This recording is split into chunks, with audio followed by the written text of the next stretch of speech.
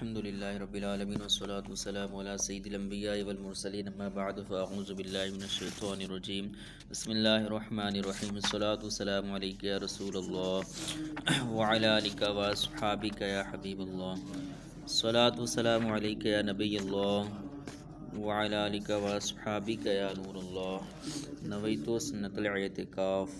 پیارے آقا صلی اللہ تعالیٰ علیہ وسلم نے ارشاد فرمایا، تم جہاں کہیں بھی ہو مجھ پر درود پاک پڑھو کہ تمہارا درود مجھ تک پہنچتا ہے۔ صلو علی الحبیب صلی اللہ تعالیٰ علی محمد۔ اعوذ باللہ من الشیطان الرجیم، بسم اللہ الرحمن الرحیم۔ لا يحب اللہ الجہر بالسوء من القول الا من ظلم وکان اللہ سمیعا علیما۔ ترجمہ کنز العرفان۔ بری بات کا اعلان کرنا اللہ پسند نہیں کرتا مگر مظلوم سے، اور اللہ سننے والا جاننے والا ہے۔ لا يحب اللہ الجہر بالسوء من القول، بری بات کا اعلان کرنا اللہ پسند نہیں کرتا۔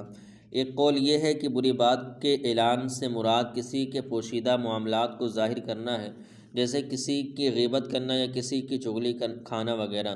یعنی اللہ عز و جل اس بات کو پسند نہیں فرماتا کہ کوئی شخص کسی کے پوشیدہ معاملات کو ظاہر کرے۔ دوسرا قول یہ ہے کہ بری بات کے اعلان سے مراد گالی دینا ہے، یعنی اللہ تعالیٰ اس بات کو پسند نہیں کرتا کہ کوئی کسی کو گالی دے۔ ایک دوسرے کو گالی دینے کی مذمت، گالی دینا گناہ اور مسلمان کی شان سے بعید ہے۔ اس کے بارے میں 3 احادیث درج ذیل ہیں۔ حضرت عبداللہ بن عمر رضی اللہ تعالیٰ عنہ سے روایت ہے، رسول اللہ صلی اللہ علیہ وسلم نے ارشاد فرمایا، مسلمان کا بھائی ہے، وہ اس پر ظلم نہیں کرتا اور نہ اسے گالی دیتا ہے۔ حضرت عبداللہ بن مسعود رضی اللہ تعالیٰ عنہ فرماتے ہیں کہ نبی اکرم صلی اللہ علیہ وسلم نے ارشاد فرمایا، مسلمان کو گالی دینا فسق اور اسے قتل کرنا کفر ہے۔ حضرت ابو ہریرہ رضی اللہ تعالیٰ عنہ سے روایت، رسول اللہ صلی اللہ علیہ وسلم نے ارشاد فرمایا، آپس میں گالی دینے والے 2 آدمی جو کچھ کہیں تو وہ یعنی اس کا وبال ابتدا کرنے والے پر ہے جب تک کہ مظلوم حد سے نہ بڑھے۔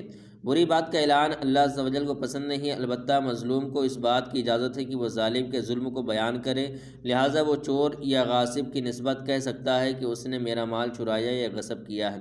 اس آیت مبارکہ کا شان نزول یہ ہے کہ ایک شخص ایک قوم کا مہمان ہوا تھا اور انہوں نے اچھی طرح اس کی میزبانی نہ کی۔ جب وہ وہاں سے نکلا تو ان کی شکایت کرتا ہوا نکلا۔ اس واقعے کے متعلق یہ آیت نازل ہوئی۔ بعض مفسرین نے فرمایا کہ یہ آیت حضرت ابوبکر صدیق رضی اللہ تعالیٰ عنہ کے متعلق نازل ہوئی کہ ایک شخص حضور علیہ الصلوۃ والسلام کے سامنے حضرت ابوبکر صدیق رضی اللہ تعالیٰ عنہ کی شان میں زبان درازی کرتا رہا۔ حضرت صدیق اکبر رضی اللہ تعالیٰ عنہ خاموش رہے، مگر وہ باز نہ آیا تو ایک مرتبہ آپ رضی اللہ تعالیٰ عنہ نے اس کو جواب دے دیا۔ اس پر حضور صلی اللہ علیہ وسلم اٹھ کھڑے ہوئے۔ حضرت صدیق اکبر رضی اللہ تعالیٰ عنہ نے عرض کیا، یا رسول اللہ صلی اللہ علیہ وسلم، یہ شخص مجھے برا بھلا کہہ رہا تو حضور صلی اللہ علیہ وسلم نے کچھ نہ فرمایا اور میں نے ایک مرتبہ جواب دیا تو حضور صلی اللہ علیہ وسلم اٹھ گئے۔ ارشاد فرمایا، ایک فرشتہ تمہاری طرف سے جواب دے رہا تھا اور جب تم نے جواب دیا تو فرشتہ چلا گیا اور شیطان آ گیا۔ اس کے متعلق یہ آیت نازل ہوئی۔ مہمان نوازی سے خوش نہ ہونے والوں کو نصیحت۔ پہلے یعنی مہمان نوازی والے شان نزول کو لیں تو اس سے ان لوگوں کو عبرت حاصل کرنی چاہیے جو میزبان کی مہمان نوازی سے خوش نہیں ہوتے، اگرچہ گھر والے نے کتنی ہی تنگی سے کھانے کا اہتمام کیا ہو۔ خصوصاً رشتہ داروں میں اور بالخصوص سسرالی رشتہ داروں میں مہمان نوازی پر شکوہ شکایت عام ہے۔ ایک کھانا بنایا تو اعتراض کہ 2 کیوں نہیں بنائے، 2 بنائے تو اعتراض کہ 3 کیوں نہیں بنائے، نمکین بنایا تو اعتراض کہ میٹھا کیوں نہیں بنایا، میٹھا بنایا تو اعتراض کہ فلاں میٹھا کیوں نہیں بنایا۔ الغرض بہت سے مہمان ظلم و زیادتی اور ایذا رسانی سے باز نہیں آتے اور ایسے رشتہ داروں کو دیکھ کر گھر والوں کی طبیعت خراب ہونا شروع ہو جاتی ہے۔ حدیث مبارک میں مہمان کو حکم دیا گیا ہے کہ کسی مسلمان شخص کے لیے حلال نہیں کہ وہ اپنے مسلمان بھائی کے پاس اتنا عرصہ ٹھہرے کہ اسے گناہ میں مبتلا کر دے۔ صحابہ کرام علیہ رضوان نے عرض کیا، رسول اللہ صلی اللہ علیہ وسلم، وہ اسے گناہ میں کیسے مبتلا کرے گا؟ ارشاد فرمایا، وہ اپنے بھائی کے پاس ٹھہرا ہوگا اور حال یہ ہوگا کہ اس کے پاس کوئی ایسی چیز نہ ہوگی جس سے وہ اس کے مہمان نوازی کر سکے۔ ظالم کے ظلم کو بیان کرنا جائز ہے۔ آیت میں مظلوم کو ظلم بیان کرنے کی اجازت دی گئی ہے۔ اس سے معلوم ہوا کہ مظلوم حاکم کے سامنے ظالم کی برائی بیان کر سکتا ہے، یہ غیبت میں داخل نہیں۔ اس سے ہزارہ مسائل معلوم ہو سکتے ہیں۔ حدیث کے راویوں کا فسق یا عیب وغیرہ بیان کرنا، چور یا غاصب کی شکایت کرنا، ملک کے غداروں کی حکومت کو اطلاع دینا، سب جائز ہے۔ غیبت کے جواز کی جتنی بھی صورتیں ہیں وہ سب کسی نہ کسی بڑے فائدے کی وجہ سے ہیں۔ إن تبدوا خيرا أو تخفوه أو تعفوا عن سوء فإن الله كان عفوا قديرا۔ ترجمہ کنز العرفان۔ اگر تم کوئی بھلائی اعلانیہ کرو یا چھپ کر یا کسی کے برائی سے درگزر کرو تو بے شک اللہ معاف کرنے والا قدرت والا ہے۔ ان تبدو خیرا، اگر تم کوئی بھلائی اعلانیہ کرو۔ ارشاد فرمائیں کہ اگر تم کوئی نیک کام اعلانیہ کرو یا چھپ کر یا کسی کی برائی سے درگزر کرو تو یہ افضل ہے، کیونکہ اللہ تعالیٰ سزا دینے پر ہر طرح سے قادر ہونے کے باوجود اپنے بندوں کے گناہوں سے درگزر کرتا اور انہیں معاف فرماتا ہے۔ لہٰذا تم بھی اپنے اوپر ظلم و ستم کرنے والوں کو معاف کر دو اور لوگوں کی غلطیوں سے درگزر کرو۔ معاف کرنے کے فضائل۔ اس آیت سے معلوم ہوا کہ ظالم سے بدلہ لینا اگرچہ جائز ہے، لیکن ظالم سے بدلہ لینے پر قادر ہونے کے باوجود اس کے ظلم پر صبر کرنا، اسے معاف کر دینا بہتر اور اجر و ثواب کا باعث ہے۔ اسی چیز کے بارے میں ایک اور مقام پر اللہ تعالیٰ ارشاد فرماتا ہے وَإِنْ عَاقَبْتُمْ فَعَاقِبُوا بِمِثْلِ مَا عُوقِبْتُمْ بِهِ وَلَئِنْ صَبَرْتُمْ لَهُوَ خَيْرٌ لِّلصَّابِرِينَ۔ ترجمہ کنز العرفان۔ اگر تم کسی کو سزا دینے لگو تو ایسی ہی سزا دو جیسی تمہیں تکلیف پہنچائی گئی ہو، اور اگر تم صبر کرو تو بے شک صبر والوں کے لیے صبر سب سے بہتر ہے۔ اور ارشاد فرمایا وَلَمَنْ صَبَرَ وَغَفَرَ إِنَّ ذَلِكَ لِمَنْ عَزْمِ الْأُمُورِ۔ ترجمہ کنز العرفان۔ اور بے شک جس نے صبر کیا اور معاف کر دیا تو یہ ضرور ہمت والے کاموں میں سے ہے۔ اور ارشاد فرمایا وَجَزَاءُ سَيِّئَةٍ سَيِّئَةٌ مِثْلُهَا فَمَنْ عَفَا وَأَصْلَحَ فَأَجْرُهُ عَلَى اللَّهِ إِنَّ اللَّهَ لَا يُحِبُّ الظَّالِمِينَ۔ ترجمہ کنز العرفان۔ اور برائی کا بدلہ اس کے برابر برائی ہے، تو جس نے معاف کیا اور کام سنوارا تو اس کا اجر اللہ تعالیٰ کے ذمہ کرم پر ہے، بے شک وہ ظالموں کو پسند نہیں کرتا۔ اور ارشاد فرمایا وَلْيَعْفُوا وَلْيَصْفَحُوا أَلَا تُحِبُّونَ أَن يَغْفِرَ اللَّهُ لَكُمْ وَاللَّهُ غَفُورٌ رَحِيمٌ۔ ترجمہ کنز العرفان۔ اور انہیں چاہیے کہ معاف کر دیں اور درگزر کریں کہ کیا تم اس بات کو پسند نہیں کرتے کہ اللہ تمہاری بخشش فرما دے، اور اللہ بخشنے والا مہربان ہے۔ حضرت عبداللہ بن مسعود رضی اللہ تعالیٰ عنہ سے روایت نبی کریم صلی اللہ علیہ وسلم نے ارشاد فرمایا بے شک اللہ تعالیٰ درگزر فرمانے والا ہے اور درگزر کرنے کو پسند فرماتا ہے۔ حضرت ابو ہریرہ رضی اللہ تعالیٰ عنہ سے روایت حضور صلی اللہ علیہ وسلم نے ارشاد فرمایا حضرت موسیٰ علیہ السلام نے عرض کی اے میرے رب عز و جل، تیرے بندوں میں سے کون تیری بارگاہ میں زیادہ عزت والا ہے؟ اللہ تعالیٰ نے ارشاد فرمایا وہ بندہ جو بدلہ لینے پر قادر ہونے کے باوجود معاف کر دے۔ مخلوق خدا پر شفقت کرنے کے فضائل۔ اس آیت سے یہ بھی معلوم ہوا کہ مخلوق خدا پر شفقت و رحم کرنا اللہ عز و جل کو بہت محبوب ہے۔ احادیث میں لوگوں پر شفقت و مہربانی اور رحم کرنے کے بہت فضائل بیان کیے گئے ہیں۔ ترغیب کے لیے 4 احادیث درج ذیل ہیں۔ حضرت عبداللہ بن عمر رضی اللہ تعالیٰ عنہ سے روایت ہے کہ رسول اللہ صلی اللہ علیہ وسلم نے ارشاد فرمایا رحم کرنے والوں پر رحمان رحم فرماتا ہے، تم زمین والوں پر رحم کرو، آسمانوں کی بادشاہت کا مالک تم پر رحم کرے گا۔ حضرت عبداللہ بن عمر رضی اللہ تعالیٰ عنہ سے روایت رسول اللہ صلی اللہ علیہ وسلم نے ارشاد فرمایا مسلمان کا بھائی ہے، نہ اس پر ظلم کرے نہ اس کی مدد چھوڑے، اور جو شخص اپنے بھائی کی حاجت پوری کرنے کی کوشش میں ہو اللہ عز و جل اس کی حاجت پوری فرما دیتا ہے، اور جو شخص مسلمان سے کسی ایک تکلیف کو دور کرے اللہ عز و جل قیامت کی تکالیف میں سے اس کی ایک تکلیف دور کرے گا، اور جو شخص مسلمان کی پردہ پوشی کرے گا اللہ عز و جل قیامت کے دن اس کی پردہ پوشی کرے گا۔ حضرت عبداللہ بن عباس رضی اللہ تعالیٰ عنہ سے مروی ہے نبی اکرم صلی اللہ علیہ وسلم نے ارشاد فرمایا وہ ہم میں سے نہیں جو ہمارے چھوٹے پر رحم نہ کرے اور ہمارے بڑوں کی توقیر نہ کرے، اور اچھی بات کا حکم نہ دے اور بری بات سے منع نہ کرے۔ حضرت ابو ہریرہ رضی اللہ تعالیٰ عنہ سے روایت رسول کریم صلی اللہ علیہ وسلم نے ارشاد فرمایا تم میں اچھا وہ شخص ہے جس سے بھلائی کی امید ہو اور جس کے شر سے امن ہو، اور تم میں برا وہ شخص ہے جس سے بھلائی کی امید نہ ہو اور اس کے شر سے امن نہ ہو۔ ان الذين يكفرون بالله ورسوله ويريدون ان يفرقوا بين الله ورسوله ويقولون نؤمن ببعض ونكفر ببعض ويريدون ان يتخذوا بين ذلك سبيلا اولئك هم الكافرون حقا واعتدنا للكافرين عذابا مهينا۔ ترجمہ کنز العرفان وہ لوگ جو اللہ اور اس کے رسولوں کو نہیں مانتے اور چاہتے ہیں کہ اللہ اور اس کے رسولوں میں فرق کریں، اور کہتے ہیں ہم کسی پر تو ایمان لاتے ہیں اور کسی کا انکار کرتے ہیں، اور چاہتے ہیں کہ ایمان و کفر کے بیچ میں کوئی راہ نکال لیں، تو یہی لوگ پکے کافر ہیں، اور ہم نے کافروں کے لیے ذلت کا عذاب تیار کر رکھا ہے۔ وَيُرِيدُونَ أَن يُفَرِّقُوا بَيْنَ اللَّهِ وَرُسُولِهِ، اور چاہتے ہیں کہ اللہ اور اس کے رسولوں میں فرق کریں۔ یہ آیت مبارکہ یہود و نصارہ کے بارے میں نازل ہوئی کہ یہودی حضرت موسیٰ علیہ السلام پر ایمان لائے، لیکن حضرت عیسیٰ علیہ السلام اور امام الانبیاء صلی اللہ تعالیٰ علیہ وسلم کے ساتھ انہوں نے کفر کیا، اور عیسائی حضرت عیسیٰ علیہ السلام پر ایمان لائے لیکن انہوں نے سرور کائنات صلی اللہ تعالیٰ علیہ وسلم کے ساتھ کفر کیا۔ ان کے متعلق فرمائیں کہ یہ لوگ اللہ عز و جل اور اس کے رسولوں پر ایمان لانے میں فرق کرتے ہیں، اس طرح کہ اللہ عز و جل پر ایمان لائیں اور اس کے رسولوں علیہ السلام پر نہ لائیں، اور انہیں کے متعلق فرمایا کہ یہ پکے کافر ہیں، کیونکہ صرف بعض رسولوں علیہ السلام پر ایمان لانا کفر سے نہیں بچاتا، بلکہ سب پر ایمان لانا ضروری، اور ایک نبی کا انکار بھی تمام انبیاء علیہ السلام کے انکار کے برابر ہے۔ والذین آمنوا باللہ ورسولہ ولم یفرقوا بین احد منہم اولئک سوف یؤتیہم اجورہم وکان اللہ غفورا رحیما۔ ترجمہ کنز العرفان۔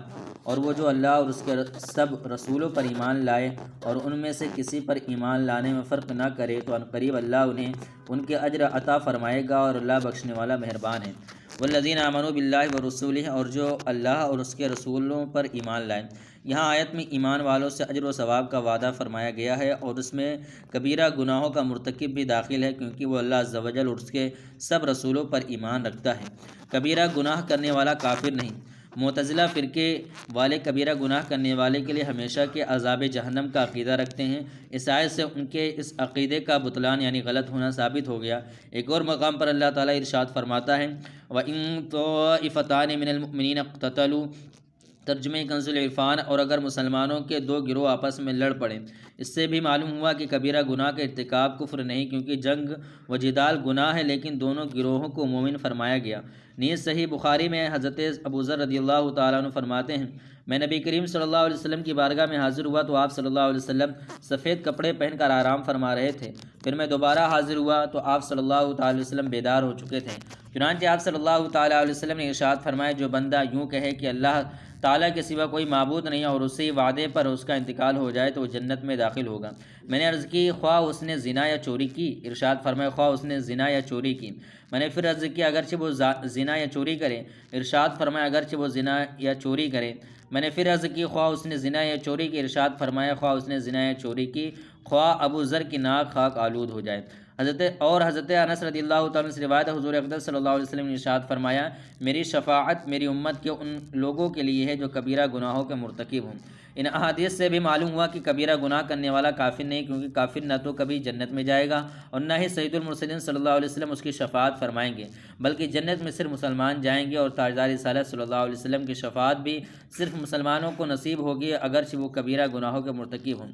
یاد رہے کہ اہل سنت کا اجماع ہے کہ مومن کسی گناہ کی وجہ سے کافر نہیں ہوتا، چنانچہ شرح عقائد نصفیہ میں ہے کہ نبی اکرم صلی اللہ علیہ وسلم کے زمانے سے لے کر آج تک امت کا اس بات پر اجماع ہے کہ اہل قبلہ میں سے جو شخص بغیر توبہ کے مر گیا تو اس کی نماز جنازہ پڑھی جائے گی اور اس کے لیے دعا و استغفار بھی کیا جائے گا، اگرچہ اس کا گناہ کبیرہ کا مرتکب ہونا معلوم ہو، حالانکہ اس سے اس بات پر پہلے ہی امت کا اتفاق ہے مومن کے علاوہ کسی اور کے لیے نماز جنازہ اور دعا و استغفار جائز نہیں۔ شرح فقہ اکبر میں ہے کہ ہم خارجیوں کی طرح کسی گناہ کے ارتکاب کی وجہ سے کسی مسلمان کی تکفیر نہیں کریں گے اگرچہ وہ گناہ کبیرہ ہو، البتہ اگر وہ کسی ایسے گناہ کو حلال جانے جس کی حرمت قطعی دلیل سے ثابت ہو وہ کافر ہے، اور ہم معتزلہ کی طرح کسی کبیرہ گناہ کرنے والے سے ایمان کا وصف ساقط نہیں کریں گے اور کبیرہ گناہ کرنے والے کو حقیقی مومن کہیں گے، کیونکہ اہل سنت و جماعت کے نزدیک ایمان دل سے تصدیق کرنے اور زبان سے اقرار کرنے کا نام ہے، جبکہ عمل کا تعلق کمال ایمان سے ہے۔ اعلیٰ حضرت رحمۃ اللہ تعالیٰ فرماتے ہیں آدمی حقیقتاً کسی بات سے مشرک نہیں ہوتا جب تک غیر خدا کو معبود یا مستقل بالذات و واجب الوجود نہ جانے۔ بعض نصوص میں بعض افعال پر اطلاق شرک تشبیہاً یا تغلیظاً یا با ارادہ و مقارنت با اعتقاد و منافی توحید و امثال ذالک من التاویلات المعروفہ بین العلماء وارد ہوا، جیسے کفر نہیں مگر انکار ضروریات دین، اگرچہ ایسی ہی تعویلات سے بعض اعمال پر اطلاق کفر آیا ہے۔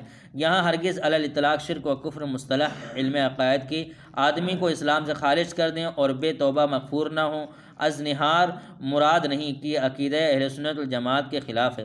ہر شرک کفر ہے اور کفر مزیل اسلام، اور اہل سنت کا اجماع ہے کہ مومن کسی کبیرہ کے سبب اسلام سے خارج نہیں ہوتا۔ ایسی جگہ نصوص کو علی اطلاقہ کفر و شرک مصطلح پر حمل کرنا اشتقاء خوارج کا مذہب مطرود ہے۔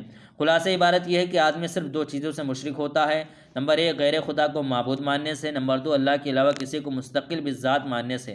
ان دو چیزوں کے علاوہ کسی تیسری چیز سے یہ آدمی حقیقتاً مشرک نہیں ہوتا۔ اور بعض احادیث وغیرہ میں جو کچھ کاموں کو بغیر کسی قید کے شرک یا کفر کہا گیا ہے، ان کی تعویلات و توجیحات علماء میں مشہور ہے، یعنی یا تو وہاں کفر و شرک سے تشبیہ مراد ہوتی ہے، یا اس کام پر شریعت نے شدت ظاہر کرنے کے لیے لفظ شرک استعمال کیا ہوتا ہے، یا وہاں شرک سے مراد وہ صورت ہوتی ہے کہ جب آدمی اس فعل کے ساتھ کوئی ایسا ارادہ یا اعتقاد ملا ہو جو توحید کے منافی ہو، جیسے غیر خدا کو سجدہ کرنا مطلقاً شرک نہیں ہے، لیکن اگر اس کے ساتھ شرک کا ارادہ موجود ہو تو یقیناً یہ شرک ہو جائے گا۔ تو غیر شرک کو جہاں شرک کہا گیا ہو وہاں وہ حقیقی کفر و شرک مراد نہیں ہوتا ہے، جس کی وجہ سے آدمی اسلام سے خارج اور بغیر توبہ کے مرنے پر دائمی جہنمی قرار پائے، کیونکہ اہل سنت کا اجماع ہے کہ مسلمان کبیرہ گناہ کی وجہ سے اسلام سے خارج نہیں ہوتا۔ قرآن و حدیث کی مذکورہ بالا قسم کی تصریحات کو ہماری بیان کردہ تفصیل کے ملحوظ رکھے بغیر حقیقی کفر و شرک قرار دینا خارجیوں کا مردود مذہب ہے۔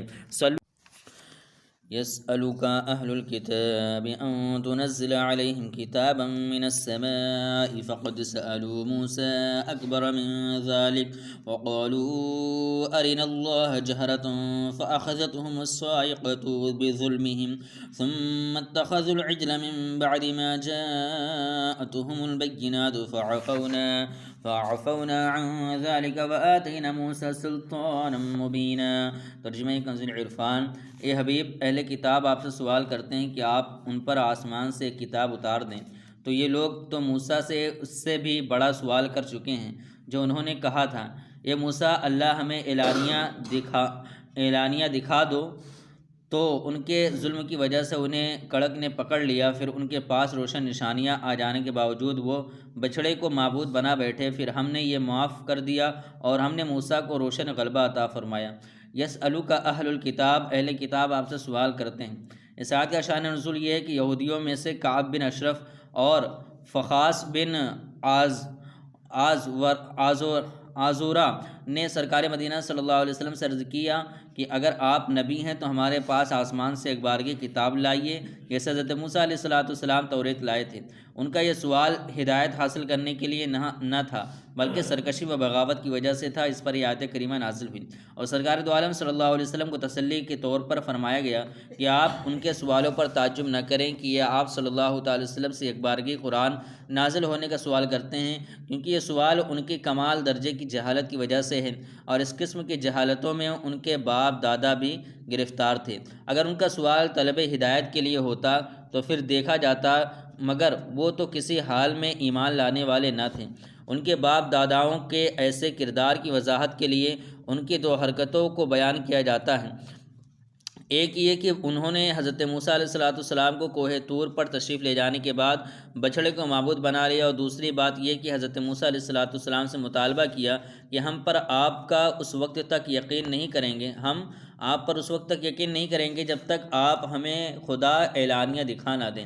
اور نبی کریم صلی اللہ تعالیٰ علیہ وسلم سے تو یہ مطالبہ ہے کہ آپ صلی اللہ تعالیٰ علیہ وسلم ایک بارگی کتاب نازل کروائیں، تو آپ صلی اللہ تعالیٰ علیہ وسلم کی اطاعت کریں گے، لیکن جب حضرت موسیٰ علیہ السلام پر ایک بارگی تورات نازل ہوئی تو بجائے اطاعت کرنے کے انہوں نے خدا عز و جل کے دیکھنے کا سوال کر دیا، اور اصل مسئلہ ہی یہ ہے کہ نہ کرنے کے 100 بہانے ہوتے ہیں۔